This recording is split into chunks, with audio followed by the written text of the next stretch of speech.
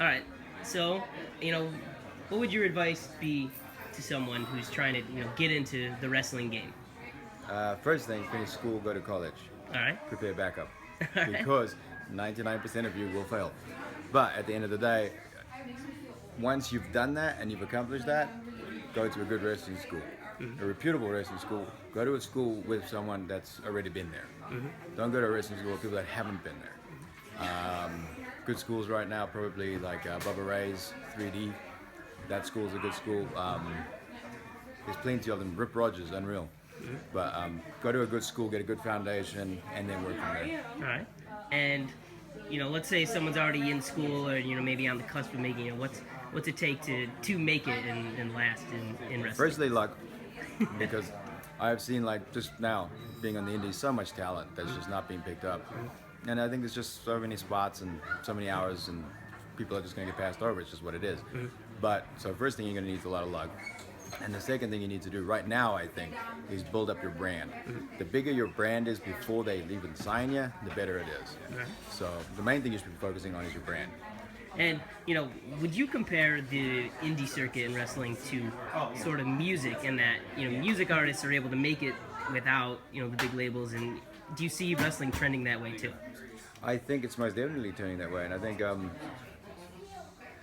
guys that initially started that trend probably goes all the way back down to like Loki and CM Punk and Seth Rollins and Sami Zayn before even getting there were creating brands. Now the WWE is finally acknowledging those original brands and using that in their own products. So I think it's actually in a really good position in indie wrestling because it's the first time ever that the major brand is acknowledging that it actually exists. So, but I think it's just a matter of it just growing and growing and growing from here, and then the more people focus on it and the more people take it seriously and the more people actually say, all right, this is indie wrestling, we're going to make this something special, the bigger it'll get. As someone who's done both, what would you say are the biggest differences between WWE and the indie circuit?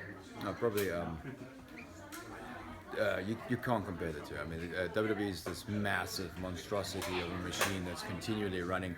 Pressure levels are sky high all the time, and but indie wrestling is this creative pool where you can create magic, and it's like, I think if guys realize that you're in an environment now on the indies to create a product you want to create, and there's no handcuffs on you, and the monstrosity of micromanagement is not there yet, utilize that to create the product that you want to create. And what is the biggest difference between Aldo and Adam? Well, it depends on the audience firstly, but I would say the biggest difference is I'm now able to do Adam as Aldo the way I wanted to do it, which basically was not really hot dogs and hamburgers.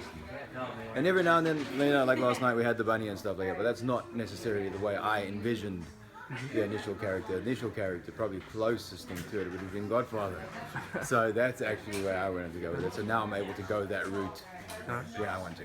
And what about, you still have Party Foul? Is that still in your arsenal? Yeah, but we're expanding the arsenal too right now. So that's the cool thing. Like when you're in the WWE, you get a certain thing. That's the thing. You do it over and over and over and over. Right. Now I'm able to show people actually what was in the tank that I was never able to show before. And So. Going back to someone who might be trying to make it in wrestling, Yeah. Do you have any advice, or how does someone decide on a final move or perfect their final move? Yeah, there's so many different variants that go into it. Like, there's so many great submission holds. However, if you tie up your opponent too much and they can't tap and it's not a good visual, then it's not a good submission hold because you can't see it. Secondly, there's no way for them to tap. Hello. There's no way for them to tap. You walk through out of my way. Okay, so there's no way for them to tap. So when you're picking a hold, you got to pick something that you can do to everybody easily all the time. Think about it. Because if you can only do it to half the people some of the time, it's gonna suck. But if you can do, like, super kick was one of the greatest finishes ever because he could do it to anybody, anywhere, anytime, all the time. Stunner, same thing. Anybody, anywhere, all the time. So you got to pick something that you can do to everybody, anywhere, all the time. All right. Yeah. I think it might have been all my questions. That's it? Cool. Thank you. Thank you very much. Appreciate it. All right, awesome. I love it was finished. And this is probably over then. Yeah. All right, sweet.